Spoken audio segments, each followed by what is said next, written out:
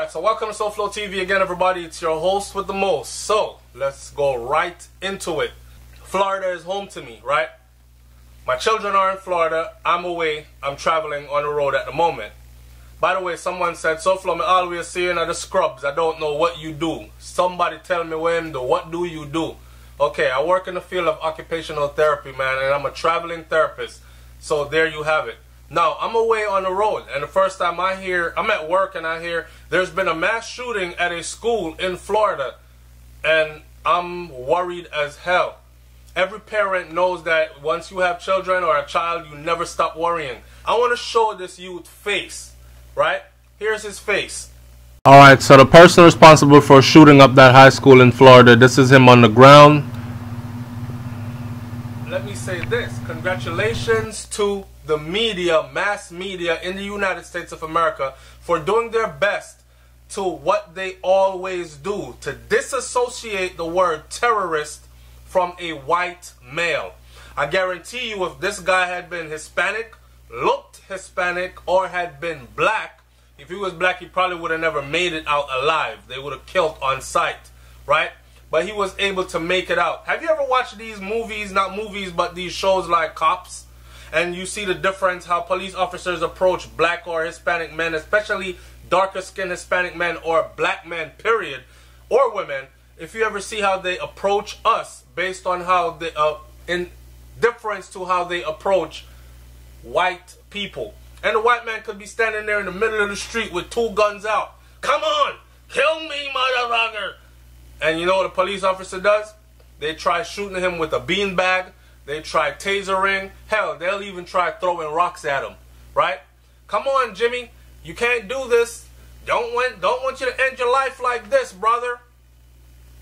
Soon as they run up on a black male, unarmed, you let that word brother slip out your mouth and you'll know right away. Don't call me brother. I'm not your brother. Up against the wall or lay down on the floor. Hands on their gun before anything. So, I say all that to say this. It's funny how I've always said it. Look up all the other shootings that have happened because I've done videos on them on my channel.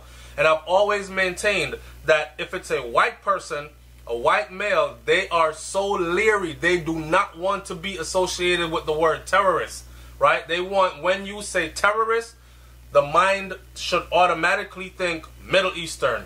When you say immigrant, the mind should automatically think Mexican or Hispanic. When you say, like, they have these caricatures that they want to work, right? But we're clearly seeing who the terrorists are because all the big mass shootings have been white men. I was thinking they weren't showing his face because he must be about 16 years old because he's a high school student, right? 15, 16. This guy's 19 years old. At 18 years old, you're considered an adult. You're old enough to vote. You're old enough to go off into the military. You're old enough to fight and die for your country. You are friggin' old enough to go buy cigarettes over the counter and smoke them. Now, 19 years old, and he had been suspended. The story about him goes, he's a troubled child. They had always known. The funny thing is, they all, students and teachers, have discussed this kid before. And they used to joke about it that anyone that is most likely to shoot up this school one day would be this kid right here, right? And his last name is Cruz, Nicholas Cruz. Everybody said it would be Nicholas Cruz. Funny enough, while the shots were going off, pop, pop, pop in the school and kids were running, they were having their discussions after. And they were betting that it was him. And guess what? It was him. So everybody saw it coming already. Right? But it goes to show you how much pass they're able to get. And they have to act out and do something really drastic before they're actually taken into custody or seen as a threat. The man suspected of opening fire inside a Florida high school on Wednesday, killing at least 17 people, is a former student who had been expelled for disciplinary reasons, the authorities said. Sheriff Scott Israel of Broward County, and if y'all don't know it, I grew up in Broward County and Dade County. I actually graduated from Miramar High School, even though I went to North Miami Senior High, right, and Junior High, and Florida Memorial University. That's my stomping grounds, right? Anyways, said that the man Nicholas Cruz, 19, previously attended the Marjorie Stoneman Douglas High School in Parkland, but was expelled after getting into trouble. He was enrolled at another Broward County school, officials said. So, expelled from one school, and the reason why he was expelled apparently had something to do with him stalking a female that he really liked, right? In hours after the shooting, people who knew Mr. Cruz, now they're calling him Mr. Cruz, people who knew the shooter, the white boy who did the shooting, described him as a troubled kid. Isn't that what they always say? He was troubled. He has mental issues. They find all kinds of excuses. But once you're not white, oh, you're the demon from hell. You were raised this way. This is you, right? He enjoyed showing off his firearms, bragging about killing animals, and whose mother would resort to calling the police to have them come and talk some sense into him. At school, with about 3,000 students, Mr. Cruz stayed to himself and had very few friends, but struck fear into some students with his erratic behavior and affinity for violence. He always had guns on him, one student said, who did not want his name to be said. He told that to SouFLoTV. The crazy stuff that he did was not right for school, and he got kicked out of the school multiple times for that kind of stuff. Multiple times. The math teacher, Jim Gard, at Stoneman Douglas High School said in an interview that Mr. Cruz, they're calling him Mr. again, this crackhead white boy was a student in his class during the first semester of 2016 to 2017 school year. In the class, he was quiet and he was not disruptive. But he recalled that the school administrators became concerned last year after Mr. Cruz's behavior had alerted the faculty. He received emails about him from the administration that Mr.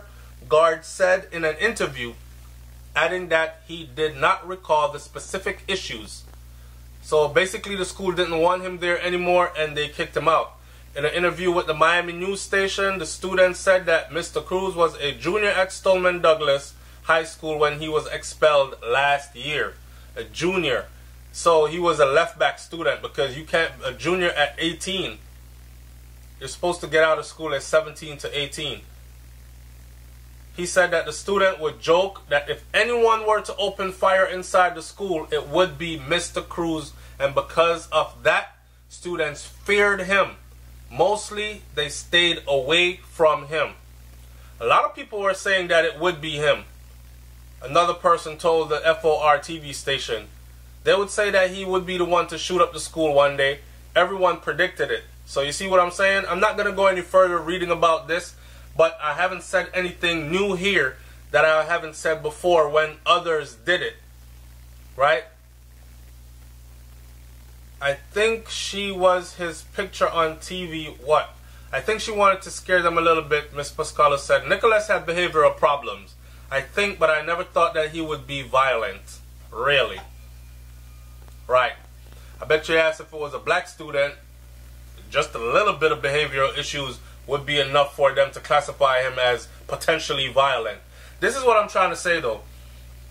The media will never stop. They'll continue to do it, whitewash all the wrongs, right, that they do, and create excuses for their terrorists. I'm going to call it exactly what it was. It's a terrorist attack on American soil or U.S. soil by a U.S. citizen, okay? And they tend to be happening more and more. We can go on and on with this discussion about the guns and are they going to come up with new laws, rules, and regulations. For those of you who don't live here, I must tell you, or who live in other states, when I was 18 years old, I walked straight into the store, bought my first gun, and it was a shotgun. Now, this guy is 19. If he had not had a criminal record, it would be very easy for him to own guns. Even if he had a criminal record, I'm sure there were guns around him. A lot of people in Florida own guns because it's that easy to own a gun here. To legally own a weapon here, you just have to walk into the store and purchase one, right? They'll do a 5-day background check, 3 to 5 day background check, and you come back and pick your weapon up. And that's it. No training, no mental health background check, no nothing. And that's that. Will those things ever change? Nope. People are too in love with their guns. They want the longest extendo magazines. They want the biggest, most powerful guns. And they will fight tooth and nail to have those rights stay in place right where they are. They'll even make up conspiracy theories about some CIA agent got into this kid's head and used some kind of sonic waves to make him do this just so they could bring in strict gun laws and take away all our guns. My gun and my Bible. Like, this is, you're talking about the South, especially this part of the South. Alright? Just to give you a bigger, broader understanding of it. So, for all my Jamaican audience who's watching this, because you're probably going to see it first, right? It is what it is at this point. I don't know what you want me to say about the whole situation. I don't plan on being here my whole life in this country, but I do live here and I have children that are being raised here, and this is nothing new. It's SouFLoTV, man. Like, comment, share, subscribe. Leave your comment in the comment section below. Tell me what else you think you can add to this discussion. I'm out of here. Peace. Watch me now.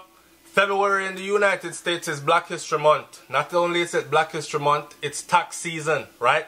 So in keeping with tradition and supporting our own and keeping money in our community and doing business with people that have our best interests at heart because they're just like us, I am going to send you to some people, some professionals that can handle your tax issues in the right and proper way. We're talking about WBJ taxes.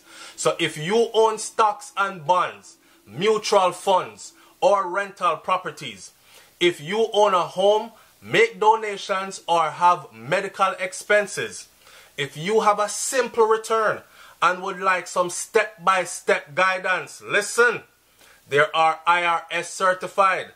These people are IRS certified with professionals that get the job done right. You hear me? If you need documents notarized, they specialize in property and personal income tax, and they can expedite your returns through e-file. They are located at 137 Evergreen Place, East Orange, New Jersey. There are some hard-working people like me and you. They are open 6 days a week, Monday to Friday, 9 a.m. to 9 p.m. Even Saturdays, 9 a.m. to 5 p.m. Call them. The number is 862-233-6157. The number is 862-233-6157. Go see them before the IRS come see you and tell them SouFLoTV sent you. Alright.